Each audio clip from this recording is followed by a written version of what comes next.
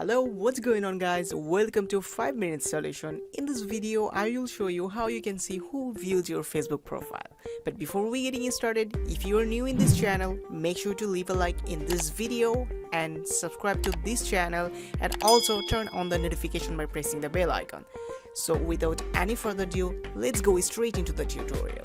So what you need to do is you have to open up your browser, then you have to open Facebook and you have to go to your profile, and after you going to profile you have to do what you have to do is you have to click a right mouse key, then you have to select view page source. So you will see a code like this, and this is actually Facebook's source code. So what you have to do, you have to press Ctrl F if you are using desktop, or if you are using MacBook then you have to press Command and F. So after pressing that, you have to type buddy_id.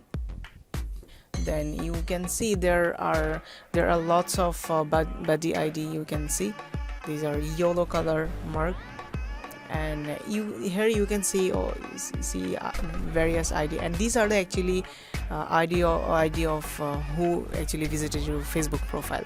So you can see there is lots of people who visited my account, so I am selecting one of them. And what you have to do is you have to write facebook.com/ you have to paste that code, right? You have to paste that ID, and here you can see this is the profile, this is the visitor who visited my profile. So yep, here you can see, and this is how you can find out who visited your profile. And there are lots of account who visited my profile. Let's say the first guy I'm going to see, and you can see there is another guy. This guy actually visited my profile. This is how you can find out who actually visited your profile. So yep, that was it.